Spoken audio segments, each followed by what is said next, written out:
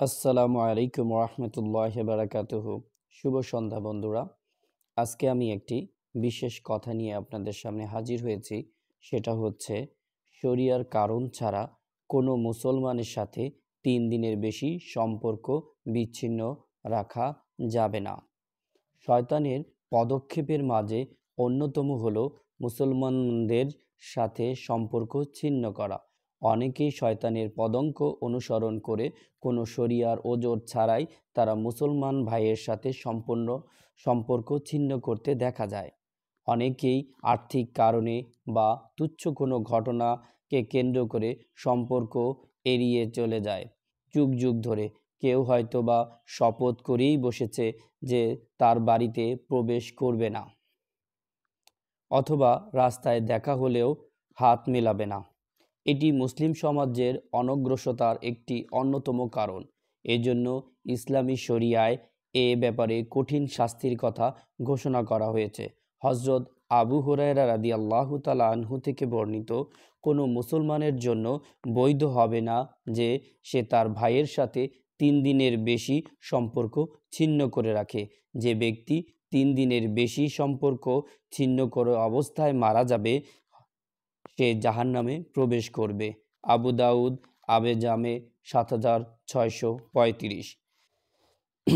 মানুষের আমল সপ্তাহে 2 দিন আল্লাহর কাছে পেশ করা হয়, সোমবার এবং বৃহস্পতিবার।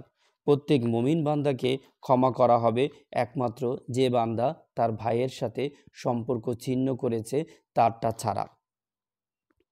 বলা হবে তাদেরকে বাদ দাও যারা তাদের মুসলিম ভাইদের সাথে ঝগড়া বিবাদে লিপ্ত হয়ে সম্পর্ক বিচ্ছিন্ন করে রেখেছে। তাই আসুন, আমাদের মধ্যে কোনো সম্পর্ক ছিন্নকারী থাকলে আমরা সম্পর্কগুলো নতুন করে জোড়া লাগাই, না হলে আমরা আমাদের শাস্তির সম্মুখীন হতে হবে। এদের কেউ তওবা করলে যেন তার সঙ্গীর সাথে দেখা করে সালাম বিনিময় করে। যদি তার সঙ্গী তার সাথে মিলিত হওয়ার অসম্মতি জানায়, তাহলে যে মিলিত হওয়ার জন্য এসেছে সে দায়মুক্ত হয়ে গেল, আর যে মিলিত হওয়ার জন্য অসম্মতি জানিয়েছে সে তার গুনাহগার হয়ে গেল।